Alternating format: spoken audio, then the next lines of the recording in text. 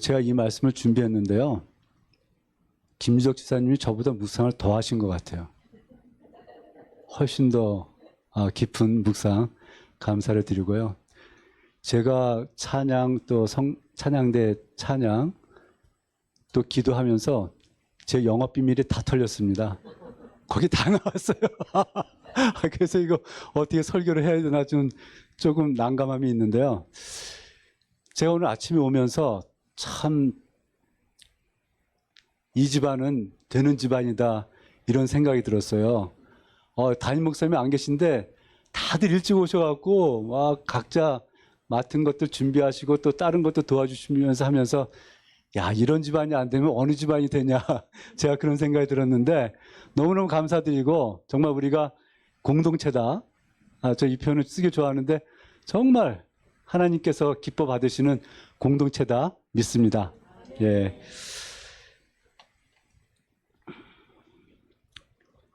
제가 지난 목요 새벽 예배 그 말씀을 증거할 때 시편 92편이었는데요. 말씀을 증거하면서 설교의 목표가 무엇일까 하는 생각이 갑자기 떠올랐습니다. 제가 생각한 그 설교의 목표는 말씀을 전하고 말씀을 듣는 중에 이 성경에 있는 활자가 튀어나와서 여러분들 마음에 새겨지고 그 말씀이 우리들의 능력이 되어서 우리들 삶에 나타나게 하는 것, 그게 설교의 목적이 아닐까 그런 생각을 해봤습니다. 그렇게 되기 위해서는 말씀을 전하는 저나 듣는 여러분이 협력을 해야 됩니다. 우리 모두는 말씀 앞에 겸손히 서야 됩니다. 주님, 듣는 마음을 허락하여 주옵소서. 오늘 설교를 통해서 말씀의 능력이 우리 모두에게 충만히 임하기를 간절히 소원합니다. 저희가 지난주까지 마태복음을 묵상하며 많은 은혜를 받았습니다. 아멘 아닌가요? 예, 8주간에 걸친 그 팔복의 말씀을 통해서도 참 많이 은혜를 받았는데요. 심령이 가난한 자, 애통하는 자, 온유한 자, 의에 줄이고 목마른 자, 긍휼히 여기는 자, 마음이 청결한 자, 화평케 하는 자, 의를 위하여 박해를 받는 자. 이 말씀을 통해서 이 땅에서 성도가 살아갈 그 토대를, 기초를 세우는 은혜가 있었습니다. 특별히 지난주는 고난주간과 부활절 절기로 저희가 감사 예배를 드렸죠. 그런데 부활은 한 주의 축하와 감사로 끝나는 이벤트가 아닙니다. 부활은 날마다, 시간마다 우리의 삶을 이끌어가는 예수님의 능력이요, 소원입니다. 또한 고난주간만 저희들이 예수님의 고난을 묵상할 것이 아니고 저희들은 365일 예수님의 고난, 그것을 통한 그 예수님의 사랑과 헌신을 묵상하면서 우리도 그 예수님을 쫓아가는 그런 성도가 되어야 될 줄 믿습니다. 십자가의 길, 비록 고난이 있을지라도 그 고난의 끝에서 만날 예수님을 기대하고 소망하며 끝까지 경주하는 우리 모두 되기를 간절히 소원합니다. 요거 한번 같이 외치시죠. 시작. 십자가의 사랑과 부활은 우리의 믿음과 삶을 이끄는 견인차. 십자가의 사랑과 부활, 이것이 우리의 믿음의 핵심이죠. 그리고 이것으로 우리들이 살아갈 어떤 이유, 목적을 삼아야 되겠죠. 그래서 우리의 믿음과 삶을 이끄는 견인차다, 이렇게 말씀을 드리겠습니다. 이제 본문으로 들어가겠습니다. 저희가 오늘 그 12절에서 23절까지 읽었는데요. 1절부터 12절도 이 같은 맥락 속에 있어서 잠깐 살펴보고 가겠습니다. 일단 오늘 말씀의 얼개로 잠깐 말씀을 드리겠는데요. 1절부터 12절까지는 좀 말씀 중심으로 이렇게 진행이 되기 때문에 조금 딱딱할 수가 있습니다. 그리고 감안해서 들어주시고요. 근데 후반전에 반전이 있습니다. 여러분이 아마 들으시면 흥미로울 스토리가 안에 들어있으니까 좀 기대하시면서 좀 앞에 부분도 조금 같이 따라와 주시면 좋겠습니다. 시편 94편은 주제는 하나님의 공의로운 심판과 억울한 자를 위한 하나님의 위로와 구원하십니다. 하나님의 공의로우신 심판과 억울한 자를 위한 하나님의 위로와 구원하십니다. 이렇게 정의해 볼 수 있겠고요. 아까 주석사님 말씀을 하셨는데 유대 전통에서는 이 찬송을 수요일 제사 때 드렸습니다. 그래서 주일에는 설교 본문으로 잘 선택을 하지 않는 그런 시편인데요. 왜냐하면 이제 보시겠지만 1절에 복수하시는 하나님, 2절에 세상을 심판을 하시는 하나님에서 처음부터 꽝꽝꽝 하면서 나오거든요. 그래서 이게 그 위로와 회복의 메시지가 선포되길 기대하는 주일날의 그 설교 강단에서는 잘 설교되지 않는 그런 시편이 되겠습니다. 그런데 그러한 평가는 이제 표면적인 평가고요. 94편은 고난 가운데 있는 성도들, 고단한 인생을 살아가고 있는 하나님의 백성들에게 하나님의 큰 위로와 평안을 주시는 시입니다. 93편 전체를 네 단락으로 구분해 볼 수가 있겠는데요. 1절에서 7절은 공의의 하나님께 심판을 요청하는 부분이고요. 두 번째는 8절에서 11절까지는 어리석은 자들에 대한 교훈입니다. 그리고 12절에서 15절까지는 의인에 대한 하나님의 복과 회복이고, 마지막 네 번째 단락 16절에서 23절은 개인적인 고백과 확신, 이렇게 네 단락으로 구분된 것을 참조하시면서 같이 말씀을 나누면 좋겠습니다. 먼저 1절, 2절인데요. 함께 읽겠습니다. 여호와여, 복수하시는 하나님이여, 복수하시는 하나님이여, 빛을 비추어 주소서. 세계를 심판하시는 주여, 일어나사 범한 자들에게 마땅한 벌을 주소서. 시인의 감정이 느껴지십니까? 얼마나 이 시인이 큰 공경에 빠져 있는지 복수하시는 하나님이여를 연거푸 부르짖고 있습니다. 여기 빛을 비추어 주소서는 자신이 마치 깊은 웅덩이에 빠져서 캄캄해서 아무것도 볼 수 없는 절망의 상태에 있는데 왜 하나님은 아무것도 하고 계시지 않지? 하는 어떤 의문과 함께 하나님, 당신의 영광과 공의를 드러내셔서 악인을 심판하시고 의인을 구원해 주십시오 하고 외치는 것과 같습니다. 우리도 그런 경험이 있죠. 근데 이것을 내가 해결하려고 하면 나도, 가정도, 공동체도, 원수도, 악인도 모두 파멸에 이를 것입니다. 시인은 이 상황에서 절망에 빠져 있지 않고 스스로 원수를 보복하려고 하지 않고 그 상황을 하나님께서 갚아주시도록 호소하고 있습니다. 이것을 로마서 12장 19절에서는 내 사랑하는 자들아, 너희가 친히 원수를 갚지 말고 하나님의 진노하심에 맡기라.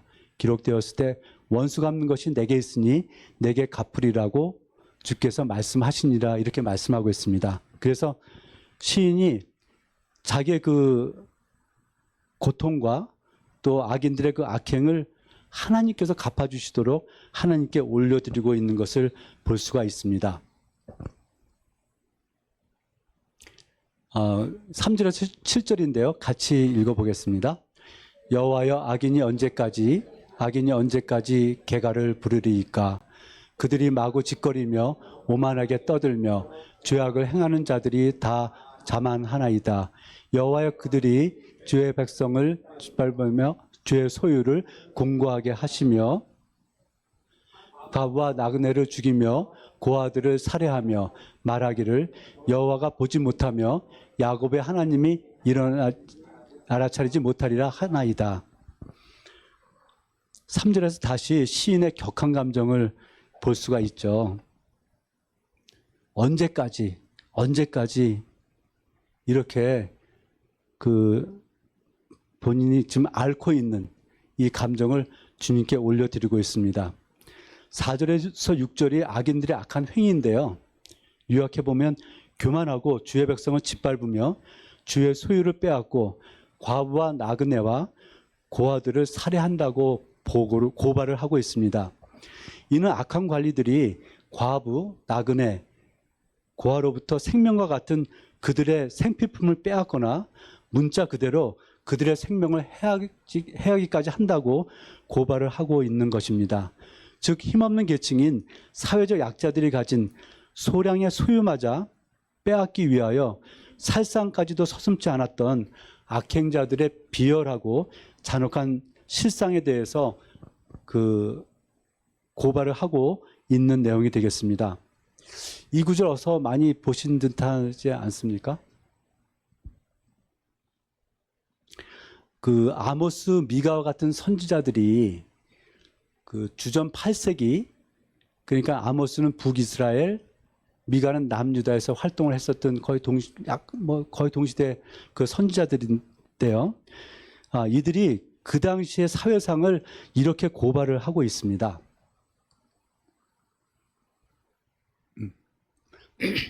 아모스 2장 6절에 보면 여호와께서 이와 같이 말씀하시되 이스라엘의 서너 가지 죄로 말미암아 내가 그 벌을 돌이키지 아니하리니 이는 그들이 은을 받고 의인을 팔며 신 한 켤레를 받고 가난한 자를 팔며.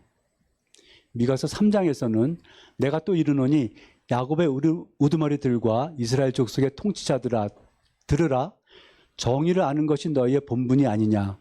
너희가 선을 미워하고 악을 기뻐하여 내 백성의 가죽을 벗기고 그 뼈에서 살을 뜯어 그들의 살을 먹으며 그 가죽을 벗기며 그 뼈를 꺾어 다지기를 냄비와 솥 가운데에 담을 고기와 같이 하는도다. 이렇게 말씀을 하고 있습니다.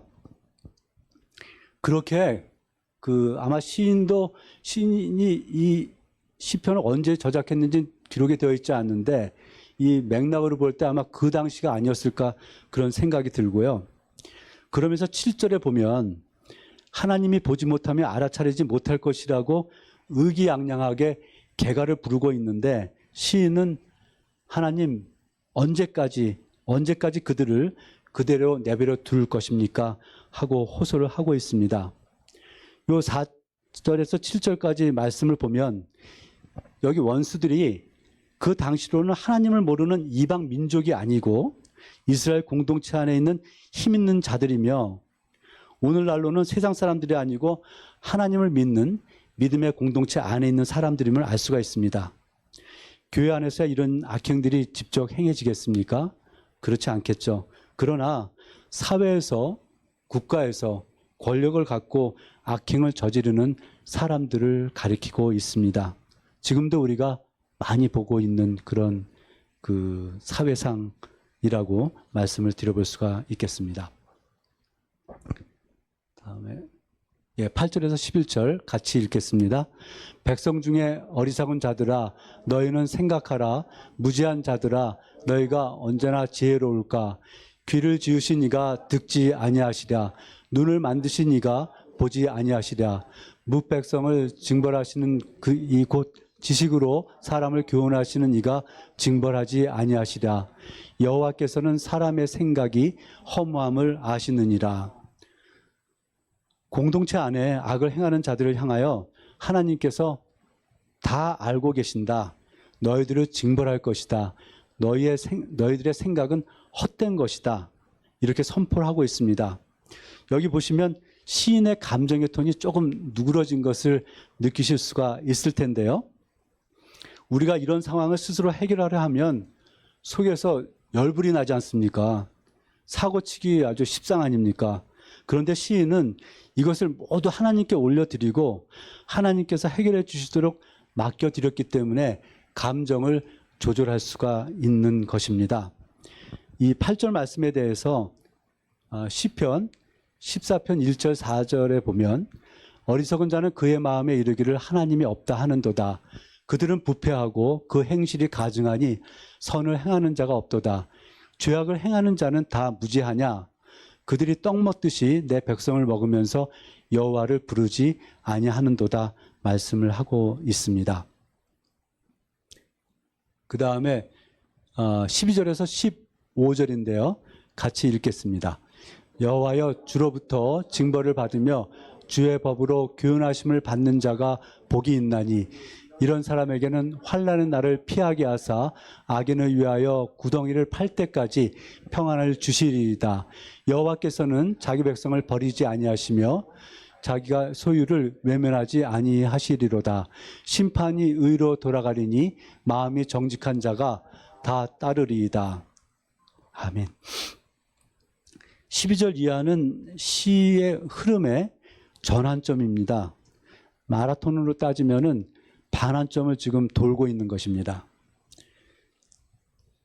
이 12절에 보면 여호와의 주로부터 징벌을 받으며 주의 법으로 교훈하심을 받는 자가 복이 있다 이렇게 되어 있는데, 이게 원문에는 복되도다 이렇게 먼저 선포를 합니다. 복되도다, 주로부터 징벌을 받는 자요, 주의 법으로 교훈하심을 받는 자요, 이렇게 되어 있거든요. 이게 마태복음 5장의 그 팔복에 보면 심령이 가난한 자는 복이 있도다 이렇게 되어 있지 않습니까? 이게 원문에는 복되도다, 심령이 가난한 자요, 복되도다, 애통하는 자요, 이렇게 이제 우리 옛날에 그 학교 다닐 때 도치법이라는 거 배우셨어요? 도치법 기억나십니까? 이 도치법이라고 하죠. 이렇게 이제 이 문단을 강조하기 위해서 뒤에 나올 것을 앞에 나와서 이렇게 이제 쓰게 해서 문법적으로는 좀 맞지 않지만 그것이 이제 그 문장을 강조할 때 쓰는 게 이제 도치법인데, 여기 12절에서도 시인이 강조를 하고 있습니다. 복되도다. 그런데 지금 보셨겠지만 1절부터 11절까지는 악인을 심판해달라고 호소하고 악인은 반드시 심판을 받을 것이다 이렇게 선포한 시인이 12절에 와서는 의인의 징벌과 교훈을 언급하고 또 그것도 그렇게 하는 것이 복이 있다고 말씀을 하고 있습니다. 이 논리의 비약처럼 이렇게 보이는 거죠. 왜 이 말씀을 하지? 이런 생각이 듭니다. 그런데 12절은 비약이 아니라 시인이 의인으로서 자신이 겪고 있는 고난을 묵상을 하고 그것을 표현한 것입니다. 10절에 뭇백성을 징벌하시느니 곧 지식으로 사람을 교훈하시는 하나님이라고 표현을 했는데, 시인은 묻습니다. 악인이 징계를 받는 것은 당연한 것인데 왜 의인들도 징계를 받는 것인가?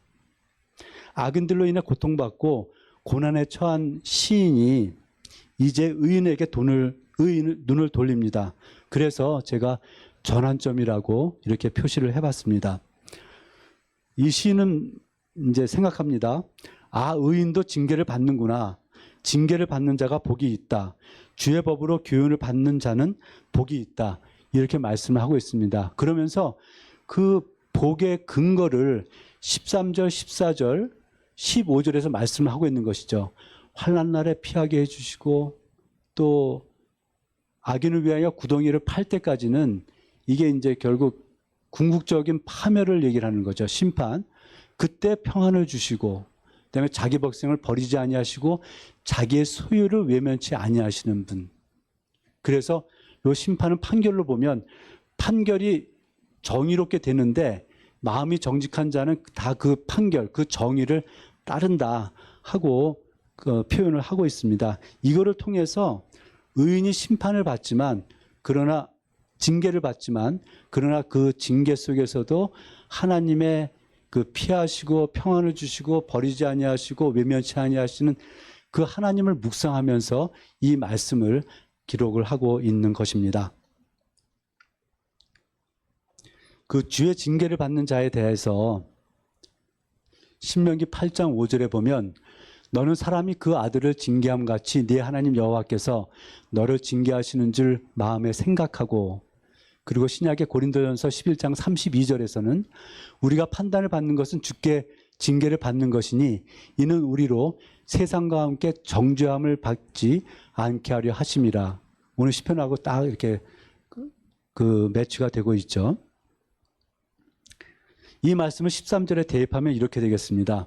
하나님의 징계를 받고 말씀으로 교훈을 받는 것이 악인이 받을 환난을 피하고 최후 심판 때까지 평안을 주시기 위함이다. 이렇게 말씀을 하고 있는 것이죠.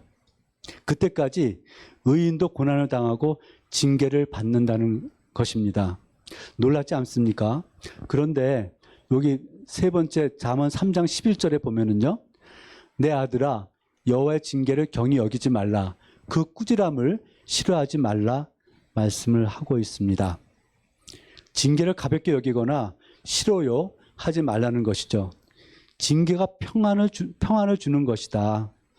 참 엄청난 고백인데요. 놀라운 신앙의 역설이라 말씀드릴 수 있겠습니다.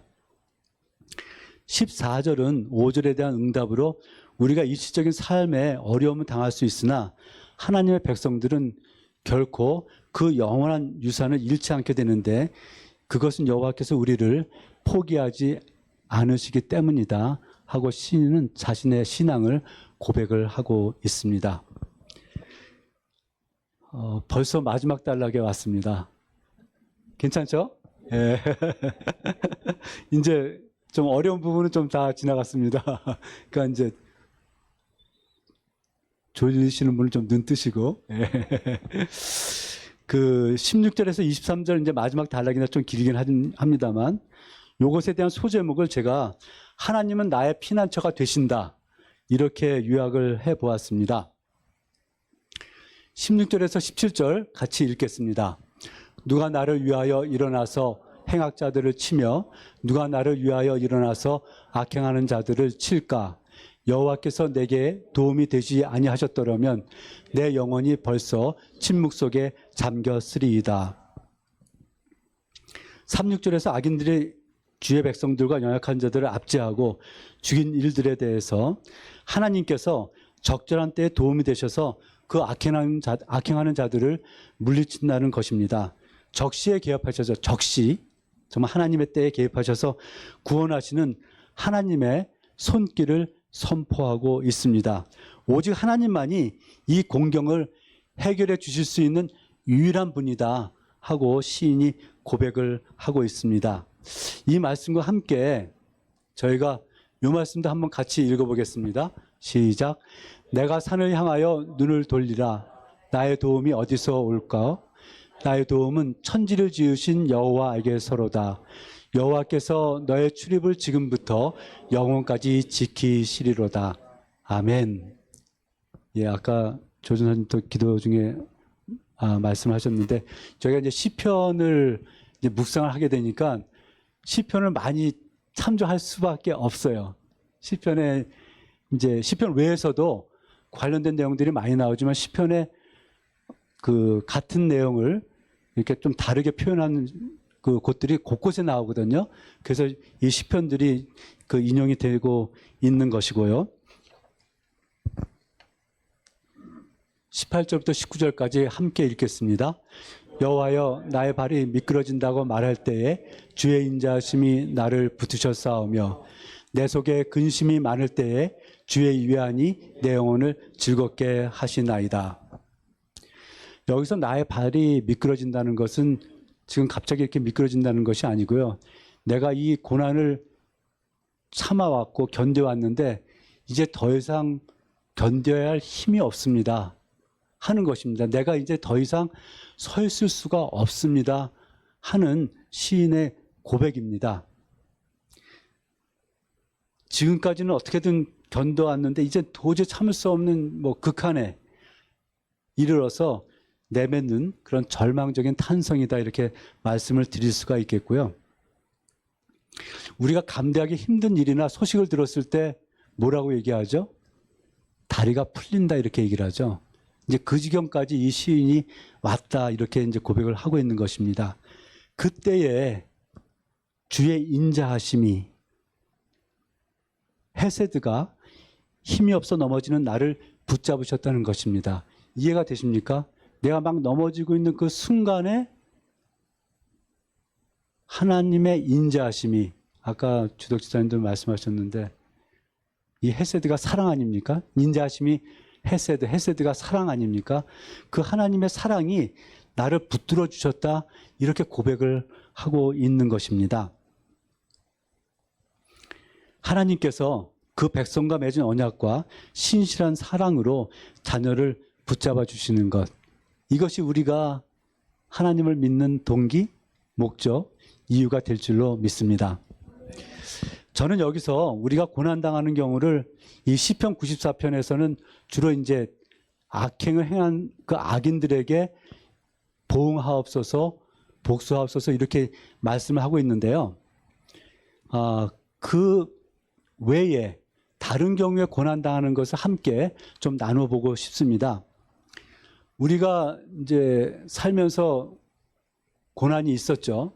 지금도 고난 중에 있는 분들도 있으실 겁니다. 그리고 앞으로도 고난을 받으실 수가 있을 텐데 우리가 많은 경우에 내가 왜 이 고난을 받는지 이유를 모르는 경우들이 많습니다.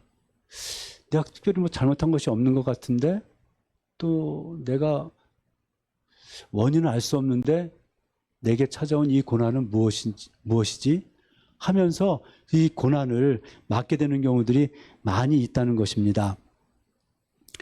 대표적인 예가 욥이죠. 욥이 하나님께서 허락하셔서 그 사탄이 욥을 치지 않았습니까? 그래서 엄청난 정말 인생의 시련을 겪게 됐었죠. 또 요셉도 마찬가지입니다. 정말 자기가 잘못한 거 없는 것 같은데 팔려가서 보디발의 아내 때문에 감옥에 갇히게 되지 않았습니까? 내가 왜 이 고난을 당해야 되지? 이유를 잘 알 수 없는 것입니다. 그런데 그런 고난을 우리가 경험하게 된다. 이것을 우리가 생각을 해보면서 요즘 세상은 어떻습니까? 정말 이유도 분명치 않은 전쟁으로 인해서 많은 사람들이 생명을 잃고 또 부상당하고 삶의 터전을 잃고 피신해야 되고 엄청난 지금 어려움 가운데 있지 않습니까?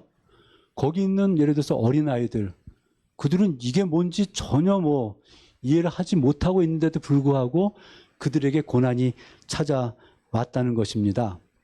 한국에는 유전무죄란 말이 있죠.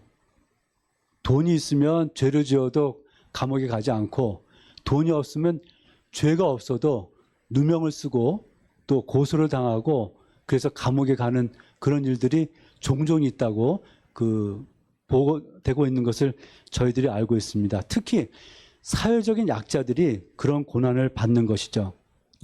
그렇게 우리가 그 이유를 알 수 없는 고난이 찾아올 때에 우리는 이것을 이제 어떻게 해야 될 건지 하는 것을 한번 그 생각을 해 보면서요. 저에게도 그런 때가 있었다는 것을 한번 제 간증으로 좀 나누고 싶습니다. 꽤 오래전 일인데요. 한 28년 정도 됐습니다. 90년대 말의 일인데 제가 그 당시 이제 한국에서 그 한 신용카드에 근무를 하고 있었습니다. 그때 이제 신용카드 그 사업이 상당히 이제 급성장하면서 회사도 많이 성장을 하였고 저도 이제 몇몇 분야에서 좀 그 역할을 해서 그 회사가 성장하는데 좀 도움이 됐었고 그런 어떤 성과들이 이제 평가가 되어서 승진도 빨리 하게 되었습니다. 물론 제가 참 그때 일 진짜 많이 했습니다. 진짜 많이 했었는데 어쨌든 그런 것이 이제 인정을 받아서 그 미국에 2년 동안 미국 대학에 연수를 하도록 제가 허락을 받았습니다. 그때 만약 제가 그 대학에 가서 연수를 받았다면 아마도 여기 없었을지도 모른다. 저는 이제 그런 생각을 하는데 그런데 한 분이 너 못 가. 나하고 일해야 돼.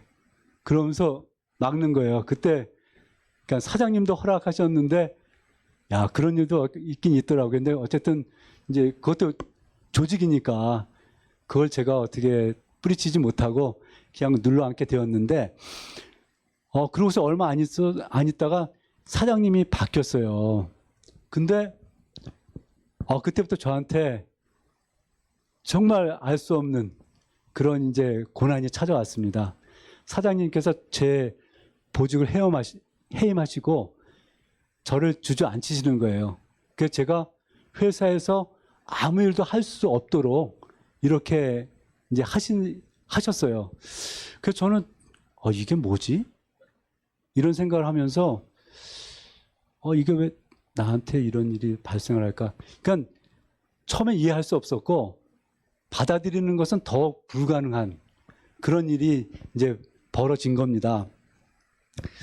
그래서 야, 이거 참 정말 그때 만약에 제 그 표정을 사진을 찍어서 보여드렸으면 아마 굉장히 리얼했을 거다 그런 생각이 드는데요. 참 이 고난이 저의 인생에서는 정말 그 인생의 큰 굴곡이었다 이렇게 말씀을 드릴 수 있겠습니다. 제가 이제 그 전부터도 이제 그 섬기는 교회에서 중고등부 교사로 봉사를 하고 회사에서는 그 소그룹 큐티 모임을 하고 그 다음에 신회로 이게 봉사활동도 다니고 하면서 나름 회사 일도 열심히 하면서 신앙도 열심히 하려고 그 애쓰던 그런 상황들이었습니다. 그런 상황에서 갑자기 이제 이런 그 시련이 오니까 참으로 견디기 어려운 그런 고난이었었죠. 근데 아시는 것처럼 이런 상황이 지속이 되면 그렇게 친하게 지냈던 주변 사람들도 한둘씩 거리를 두기 시작합니다. 제가 회사에 출근하면 저는 마치 투명 인간과 같이 되는 것이죠. 그러던 중에 큐티 모임에 함께했던 한 지체가 제게 말씀 카드를 주었습니다. 사랑 안에 두려움이 없고 온전한 사랑이 두려움을 내어 쫓나니 두려움에는 형벌이 있음이라. 두려워하는 자는 사랑 안에서 온전히 이루지 못하였느니라. 제가 이 말씀을 몰랐겠습니까? 이 말씀을 알았는데도 이 말씀을 제게 이제 전해줄 때에 이 말씀을 통해서 제 눈이 다시 띄어지게 되었습니다. 그러면서 이 말씀이 제게 많은 위로가 되었습니다. 이 말씀을 통해서 두려움보다는 예수님의 사랑이 더 강한 것을 깨닫고 묵상하면서 그 사랑과 믿음으로 두려움을 떨쳐버리자 이렇게 마음에 다짐을 하고 이렇게 나아갔습니다. 그렇게 힘쓰던 중에 오늘 말씀 시편 94편 말씀을 접하게 된 겁니다. 내 발이 미끄러진다고 말할 때에 주의 위안이 나를 안위하시나요? 한번 다시 한번 보시죠. 주의 인자하심이, 주의 인자하심이 주의 사랑이 나를 붙드셨사오며. 좀 그림이 그려지시나요? 제가 이 말씀을 보면서 이제 그렇게 되는 거죠. 하나님께서 내가 비록 서 있기 힘들 정도로 다리가 후들거리지만 그대로 침묵에 잠기게는 하지 않으시겠구나. 주의 인자하심이 나를 붙들고 계시니 힘을 내자. 이렇게 하나님께 감사를 드리고 일어설 수 있었습니다. 만약 이 말씀이 없었다면, 이 하나님의 언약과 사랑이 없었다면 제가 일어설 수 있었을까요? 하나님께서 이 고난을 통해 제게 믿음을 심어 주셨습니다. 아직도 갈 길이 멀죠. 그렇지만 신실하신 하나님 의지에서 끝까지 가보려 합니다. 지금 세상에서 하나님 없이, 말씀 없이 문제를 해결하려 하는 사람들로 인해 벌어지고 있는 참담한 상황들을 우리는 매일 목격하고 있습니다. 만일 그때 제가 세상적인 방법으로 제게 당한 고난을 해결하려고 했다면 어떻게 되었을까요? 그 고난을 딛고 일어섰고 제가 신학을 공부하고 오늘 이 자리에 서서 여러분과 말씀을 나누는 것도 그 고난이 디딤돌이 되어 저를 여기까지 인도한 것이 아닌가 생각해 봅니다. 말씀이 저를 살렸습니다. 19절에 내 속에 근심이 많을 때에는, 이전에 개역 한글에는 내 속에 생각이 많을 때에 이렇게 되어 있었거든요. 이 말씀은 무슨 말씀이냐면 내 머릿속에 온갖 걱정과 복잡한 생각으로 가득 차 있을 때라는 말씀입니다. 이럴 때 나오는 증상이 뭐죠? 내 속에 생각이 많을 때. 그렇죠. 잠이 안 오죠. 잠을 잘 수가 없죠.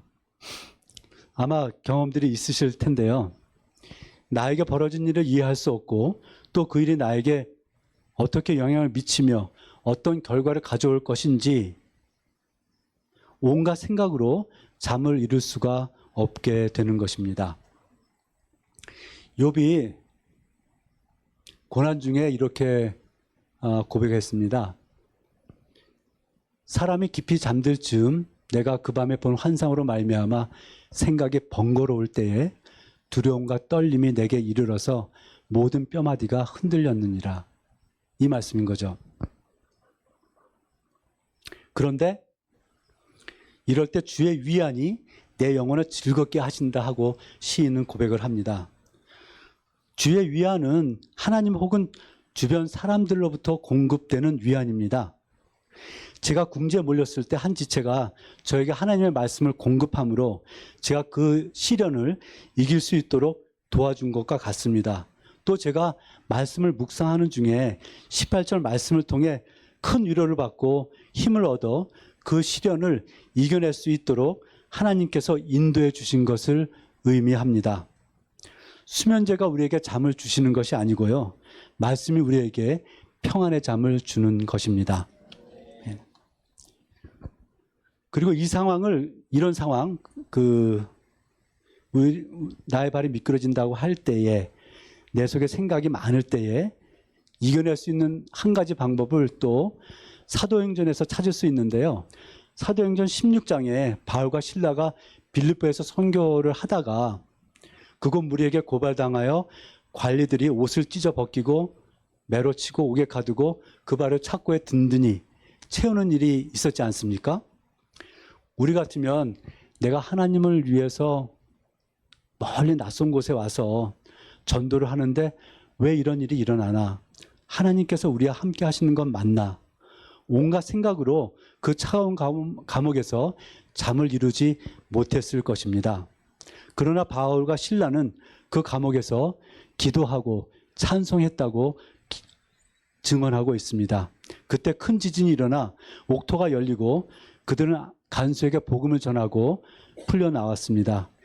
내게 닥친 시련으로 고민하는 대신 그들은 기도와 찬송을 하나님께 올려드릴 때 하나님께서 그 시련을 제거하시고 위안을 주신 것입니다. 예, 이제 결론 부분으로 들어가겠습니다. 그 네 번째 단락의 이제 두 번째 파트 결론 부분인데요. 함께 읽어보도록 하겠습니다. 율례를 빙자하고 재난을 꾸미는 악한 재판장이 어찌 주와 어울리리이까?